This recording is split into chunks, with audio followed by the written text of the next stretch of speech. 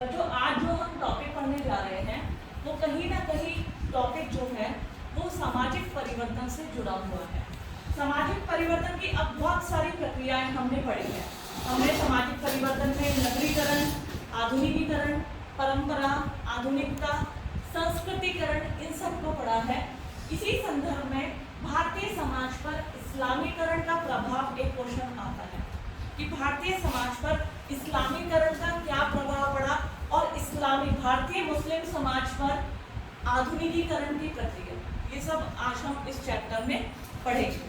सबसे पहली बात, भारत के मध्यकाल मिडिल हिस्ट्री की अगर हम बात करें तो भारत में मुस्लिम आक्रमणकारियों ने आक्रमण किया, उसका प्रतिफल निकला। अगर हम मुगल पीरियड को देखें तो मुगल पीरियड में बाबर, हुमायूं, अकबर, जहांगीर, शाहजहां और औरंगजेब, इन्होंने भारत पर अपना आधिपत्य स्थापित किया और भारत पर शासन किया। जब इन्होंने भारत पर शासन किया तो इन्होंने बहुत सारे दुखदाई कर भी लगाए, बहुत सारी ऐसे कुप्रथाएं चली जो कि मुस्लिम समाज की देन कही जाती है। अगर हम सती प्रथा की बात करें, पर्दा प्रथा की बात करें, कुलीन विवाह की बात करें, दहेज प्रथा की बात करें, वधू मूल्य और बाल विवाह, ये सब कहीं ना कहीं उस मध्यकाल की देन है, जिस मध्यकाल में जो हिंदू समाज थी कहीं ना कहीं मुस्लिम आक्रमणकारियों से त्रस्त थे। मुस्लिम आक्रमणकारियों ने भारत पर क्या किया? भारत पर आक्रमण किए। उस आक्रमण में कहीं ना कहीं, जब देखो सिर्फ मुस्लिम्स ने नहीं, जब औपनिवेशिक काल आया अंग्रेजों के शासनकाल में, अंग्रेजों ने भी भारत पर शासन किया और खास तौर पर उन्होंने धर्म परिवर्तन करवाया। ऐसे ही मुस्लिम समाज की अगर हम बात करें, मुस्लिम समुदाय की, जब उन्होंने भारत पर आक्रमण किए तो उन्होंने भारत का बहुत सारा भूभाग अपने पास रख लिया और उस पर वो शासन करने लगे। बहुत सारे मुस्लिम आक्रमणकारी जो थे वो क्रूर माने जाते हैं, बड़े क्रूर माने जाते हैं, जबकि बहुत सारे ऐसे भी हैं जिन्हें भारत के, अगर हम विकास की बात करें, भारत के विकास में मील का पत्थर भी माना जाता है। बहुत सारे आक्रमणकारी ऐसे थे जिन्होंने दुखदाई कर लगाए सिर्फ भारत मतलब हिंदुओं पर, मुस्लिम्स पर और खेती पर, चराई कर, बहुत सारे जजिया कर तुमने सुना हो, ये सब कर जो थे भारतीयों पर लगाए। फिर एक सबसे बड़ी समस्या थी धर्म परिवर्तन की समस्या, कि उन्होंने हिंदुओं का धर्म परिवर्तन कराया। औपनिवेशिक काल में ईसाइयों ने बहुत सारे हिंदुओं का धर्म परिवर्तन कराया। आज जिसमें हम कोटद्वार में रहते हैं, मैं देखती हूँ बहुत सारी ईसाई कम्युनिटी है। अगर हम इन ईसाई कम्युनिटी को सूक्ष्मता से देखें तो कहीं ना कहीं ये ऑब्जर्वेशन में आया है कि उन्होंने धर्म परिवर्तन किया है और वो उस काल से चला आ रहा था जिस काल में मुस्लिम्स ने भारत पर आक्रमण किया था। तो आज हम उन सब प्रभावों की चर्चा करेंगे कि भारतीय समाज पर इस्लामीकरण का क्या प्रभाव पड़ा। इसको अगर हम कैटेगरी वाइज डिवाइड करें तो सबसे पहले अगर हम बात करें इस्लामीकरण का भारतीय परिवार पर प्रभाव,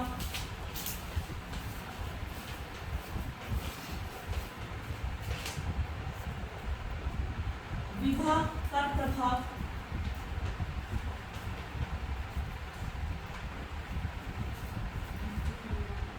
सामाजिक जीवन पर प्रभाव,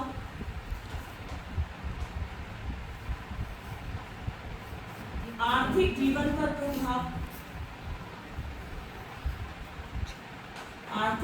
पर प्रभाव, शिक्षा पर प्रभाव।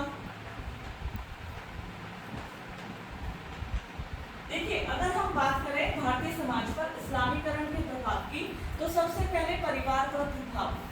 परिवार पर प्रभाव क्या हुआ? तो हम अगर देखें, आज हमारे परिवार का अस्तित्व सामने है, एकांकी परिवार का, तब परिवार ऐसे नहीं हुआ करते। परिवार का संयुक्त परिवार अस्तित्व में थे और वो इसलिए थे क्योंकि संयुक्त परिवार में सभी लोग जो करते थे, एक संयुक्त रूप से एक घर के नीचे, एक चार दीवारी के नीचे सब लोग संयुक्त रूप से निवास करते थे। सदस्यों की संख्या ज्यादा होने से उनमें एकता रहती थी, आपस में एक दूसरे से जुड़े हुए रहते थे।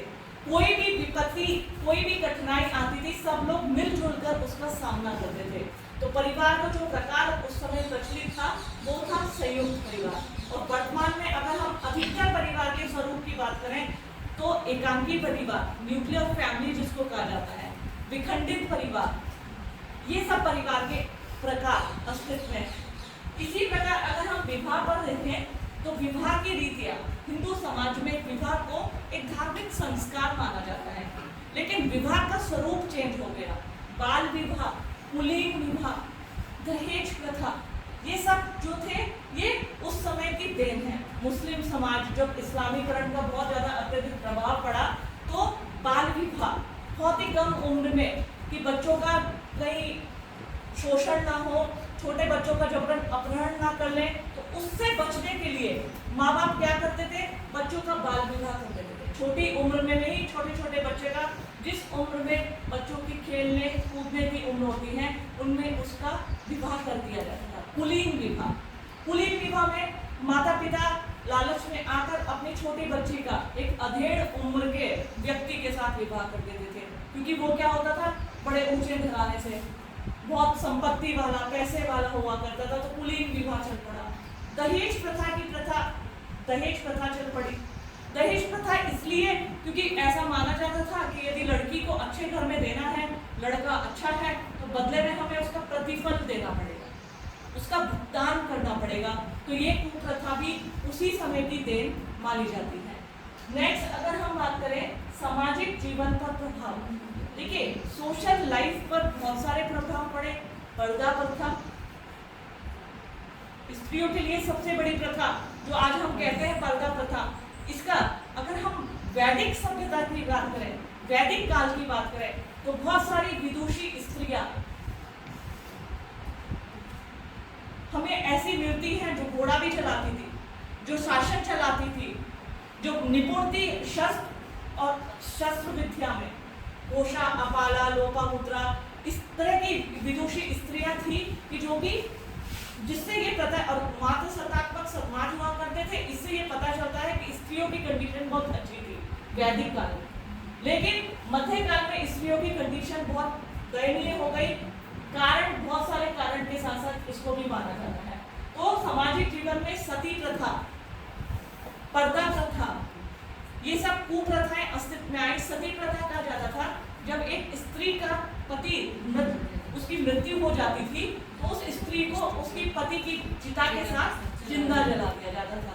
ऐसा माना जाता था कि उसको देख रेख कौन करेगा, इस भय से, समाज के भय से, बहुत सारे अपराधों के घटित होने के भय से उनको सती प्रथा बढ़ती गई। और हालांकि औपनिवेशिक काल में सती प्रथा 1829 में इसको बंद कर दिया गया था, बैन लगा दिया गया था। लेकिन पर्दा प्रथा, ये सब कुप्रथाएं कि जिससे महिलाएं घर की चार दीवारी से बाहर ना निकल सके, इसलिए इन कुप्रथाओं का जन्म हुआ। आर्थिक जीवन पर प्रभाव पड़ा। देखो आर्थिक जीवन पर प्रभाव इसलिए पड़ा क्योंकि कहीं ना कहीं बहुत सारे दुखदायी कर लगा दिए गए थे। मैंने तुम्हें अभी अभी बताया जब मुस्लिम आक्रमणकारी भारत पर आए तो बहुत सारे दुखदायी कर लगाए गए। चराई, दुधारू पशुओं के ऊपर भी कर लगाया गया था, भूमि के ऊपर भी, पानी के ऊपर भी, चारे के ऊपर भी, चराई कर, बहुत सारे कर ऐसे लगा दिए गए थे कि जो हिंदू समाज थी, हिंदू समाज में उनका जो विकास था एक तरह से अवरुद्ध हो गया था। उनके पास रुपया, संपत्ति, पैसा कमाना एक चैलेंज की तरह सामने आ गया था। तो ये सब चीज उनके आर्थिक जीवन पर प्रभाव पड़ा। शिक्षा पर प्रभाव पड़ा।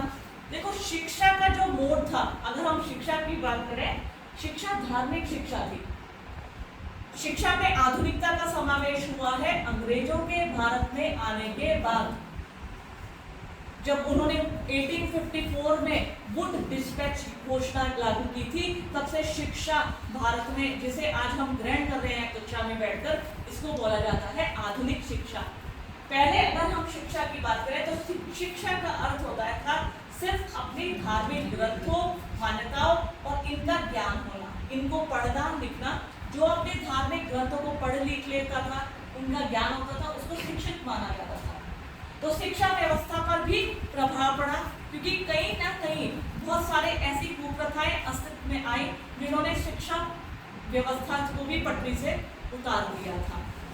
इससे भी प्रभावित हुई। और भारतीय समाज पर अगर हम बात करें सिर्फ मात्र यही नहीं, हमारे जीवन शैली पर, हमारे रहन सहन पर, कहीं ना कहीं पहनावे पर बहुत ज़्यादा इफेक्ट पड़ा था। पहनावे में पर्दा, जैसे कि मैंने अभी अभी तुम्हें बताया, पर्दा प्रथा अस्तित्व में आ गई थी, उसका प्रचलन बहुत ज़्यादा बढ़ गया था।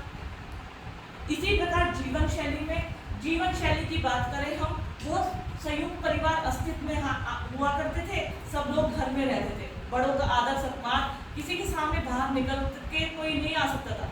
घर की जो बहुएं और बेटियां होती थी वो किसी पराये मर्द के सामने, इवन अपने रिश्तेदारों के सामने भी, अपने माता पिता या किसी के सामने, घर के सामने नहीं आया करती थी। देन था पर्दा प्रथा प्रचलित थी। तो ये सब जो अगर हम कहें भारतीय समाज पर इस्लाम का ये प्रत्यक्ष अप्रत्यक्ष प्रभाव थे। एक क्वेश्चन आता है आपका, भारतीय मुस्लिम समाज में आधुनिकीकरण की प्रक्रिया, कि भारतीय मुस्लिम समाज, देखिए अगर हम मुस्लिम समाज की बात करें तो मुस्लिम समाज के दो पक्ष उजागर होते हैं। स्वतंत्रता के से पहले जब अंग्रेज भारत में आए तो भारत में कोई पाकिस्तान नहीं था, कोई इस तरह का बंटवारा नहीं था, सब संयुक्त रूप से हिंदू मुस्लिम एक साथ रहते थे। लेकिन दो तरह के मतावलंबी, धर्मावलंबी सामने आए, एक कट्टरवादी और एक उदारवादी। कट्टरवादी चाहते थे कि हम सब मिलकर अलग हो जाएं, अलग पाकिस्तान प्रांत बन जाए। उदारवादी चाहते थे कि हम सब मिलजुल कर रहे, एक साथ रहे, मिलजुल कर रहे, सबकी संस्कृति जो कि तो बनी रहे। लेकिन ऐसा नहीं हुआ। 1947 को जब हमारा देश आज़ाद हुआ तो वो आज़ाद हुआ भारत और पाकिस्तान जैसे अलग अलग मुल्कों। तो ऐसे में जब बंटवारे के समय कुछ हिंदू परिवार पाकिस्तान रह गए थे, वो मुस्लिम परिवार इंडिया में रह गए थे। आज भी हम देखते हैं मुस्लिम कम्युनिटी, मुस्लिम समुदाय भारत में है। तो अब ये क्वेश्चन आता है भारतीय मुस्लिम समाज पर, यहाँ इस समय हम भारतीय मुस्लिम समाज पर बात कर रहे हैं, पूरे वर्ल्ड की बात नहीं करें, भारतीय मुस्लिम समाज पर आधुनिकीकरण का प्रभाव। देखो आधुनिकी कहते हैं द प्रोसेस ऑफ मॉडर्नाइजेशन, आधुनिकीकरण की प्रक्रिया। जब हम पश्चिम के प्रभाव से अपने रहन सहन, खान पान, संस्कृति, वेशभूषा, शिक्षा, इनमें परिवर्तन आता है तो परिवर्तन की इस प्रक्रिया को क्या कहा जाता है? आधुनिकीकरण। अब चूंकि भारतीयों पर आधुनिकीकरण का बहुत स्पष्ट प्रभाव देखा गया, इस प्रकार ही इस्लाम पर भारतीय मुस्लिम समाज में भी आधुनिकीकरण का बहुत प्रत्यक्ष प्रभाव देखने को मिला। अगर हम कहने लगे तो कहीं ना कहीं उनमें, अगर आज हम बात करें परिवार की बात, इसी तरीके से परिवार, विवाह, सामाजिक जीवन, आर्थिक और शिक्षा की बात करें तो आधुनिकीकरण का इस पर प्रत्यक्ष व अप्रत्यक्ष प्रभाव पड़े। अगर परिवार की बात करें तो आज मुस्लिम समाज में भी संयुक्त परिवार के अलावा एकांकी परिवार आ गए हैं, वो एकांकी परिवारों में तब्दील हो रहे हैं। परिवार के महत्व में अब व्यक्तिवादिता बढ़ी है। लोग क्या सोचते हैं कि मैं अपने परिवार के साथ खुश रहूं, अपने परिवार में जितने व्यक्ति हैं उनको अच्छे से शिक्षित करूं, उनको आगे तक ले जाऊं। तो कहीं ना कहीं जो संयुक्त परिवार था, संयुक्त परिवार की प्रथा थी, वो तब्दील हो रही है, वो एकांकी परिवार में बदल रही है। दूसरा, विवाह पर प्रभाव। देखो विवाह पर हम प्रत्यक्ष प्रभाव नहीं कह सकते, क्योंकि विवाह की जो रीतियां चली आ रही थी मुस्लिम समाज में, जो उनके अपने शरीयत अधिनियम, उनके जो शरीयत अधिनियम है उस पर आधारित होती है, विवाह की वही रीति है। लेकिन हाँ, जो व्यक्ति, ऐसा न्यायालय कहता है, जो व्यक्ति नहीं मानता है, अपने धर्म को नहीं मानता है, या वो अन्य धर्म के साथ विवाह करना चाहता है, तो उनको कोर्ट ने संरक्षण दिया है, छूट प्रदान की है। साथ ही साथ अभी तलाक की एक तलाक उल बिद्दत करके, तुमने 3 तलाक की प्रथा को सुना होगा, कि उनमें भी 3 तलाक को जो लोग नहीं मानते, देखो सबके लिए नहीं है, कोर्ट ने भी कहा है, जो लोग, वैसे तो उन्होंने सबके लिए मना किया है कि 3 तलाक अब एक तरह से पूर्णतः बंद कर दिया गया है, 3 तलाक नहीं होगा, क्योंकि ऐसा माना जाता था इसमें महिलाओं की दयनीय दशा होती जा रही थी। तो इस तरीके से विवाह की रीतियों पर भी उनमें बदलाव आया है, और कहीं ना कहीं शरीयत के अतिरिक्त भी उनको न्यायालय की शरण से उनके नियमों कानूनों में शिथिलता प्रदान की गई है। इसी प्रकार उनके सामाजिक जीवन पर, अगर हम सामाजिक जीवन की बात करें, हालांकि आज बहुत सारे मुद्दे हम उन पर बिल्कुल भी इस क्लास में चर्चा नहीं करने चाहेंगे, क्या उनके पहनावे को लेकर है, क्या उनके संस्कृति को लेकर। हर व्यक्ति को अपनी संस्कृति को, अपने पहनावे को, अपने खान पान वेशभूषा को संरक्षित करने का अधिकार है। चाहे मैं हूँ, स्त्री होने के नाते मेरा ये जो मेरे अधिकार है वो मेरे संरक्षण के लिए बने हैं।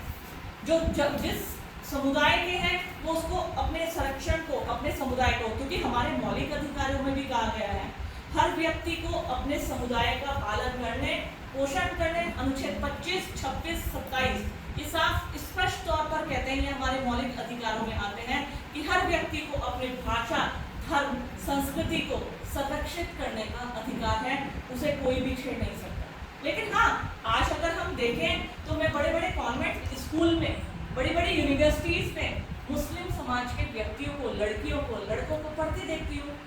पहनावे में अंतर है, वो भी जीन्स टॉप वेस्टर्न पहनते हैं, नॉर्मल जैसे सब व्यक्ति लगते हैं। कुछ लोग जो अपने धर्म को ज़्यादा मानते हैं तो वो बुर्का भी पहनते हैं। कई लोग हिजाब, जो हिजाब की अभी चला था मामला, तो कई लोग हिजाब भी पहनते हैं। लेकिन मोस्टली जो कॉन्वेंट स्कूल है, कॉन्वेंट यूनिवर्सिटीज़ हैं, उसमें मैं बहुत सारे मुस्लिम, अगर ऐसे हम समाज के व्यक्तियों को देखें तो उनके पहनावा में भी पश्चिम का प्रभाव देखने को मिलता है। लड़कियां घर से बाहर निकली है, माता पिता की मानसिकता बदल रही है। आज मैं बहुत सारी हमारे गवर्नमेंट हॉस्पिटल में डॉक्टर शाजिया हैं, डेंटिस्ट हैं, बहुत अच्छे से मैं उनको जानती हूँ, बहुत अच्छी, मतलब एक तरह से बहुत अच्छी नॉलेज है उनको।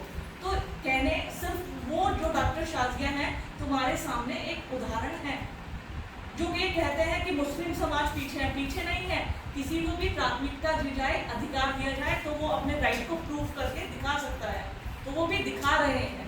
तो कहीं ना कहीं उनके पढ़ाई पर, रहन सहन पर, पहनावे पर प्रभाव पड़ा है। किसका? आधुनिकीकरण का। वो भी आधुनिक हो रहे हैं।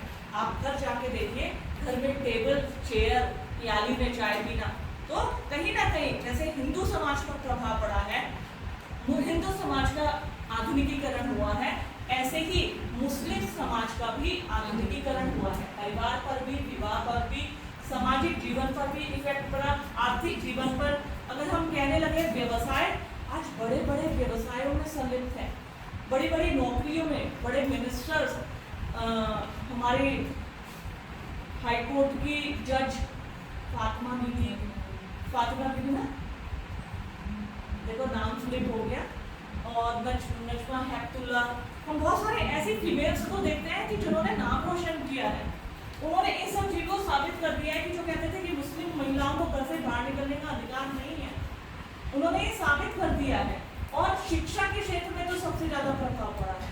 देखिए आज की तारीख में बात मुस्लिम, हिंदू, सिख, ईसाई या ट्राइब्स की या अनुसूचित जाति की या जनजाति की नहीं है। हर पेरेंट्स ये चाहता है कि हमारा बच्चा घर से बाहर निकले, शिक्षा ग्रहण करे और अपने पैरों पर खड़ा रहे। नो मैटर कि वो किस संप्रदाय से है, किस समुदाय से है या किस उससे है, वो मैटर नहीं करता। मैटर करता है कि हर अपने बच्चों को अपने पैरों पर खड़ा होना देखना चाहते हैं। वो चाहते हैं हमारे बच्चे कमाए, हमारे बच्चे अपने पैरों पर खड़े हों, अपने पैरों पर खड़े होकर अपने परिवार का पालन पोषण करें, अपनी भावी पीढ़ी को संरक्षण प्रदान करें।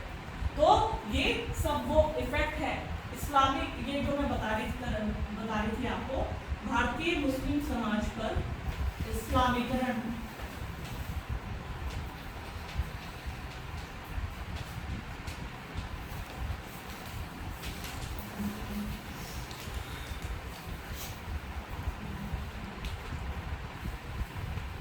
भारतीय मुस्लिम समाज पर आधुनिकीकरण का प्रभाव बहुत सिंपल है बच्चों, इसको आप क्वेश्चन के तौर पे लिख लीजिए।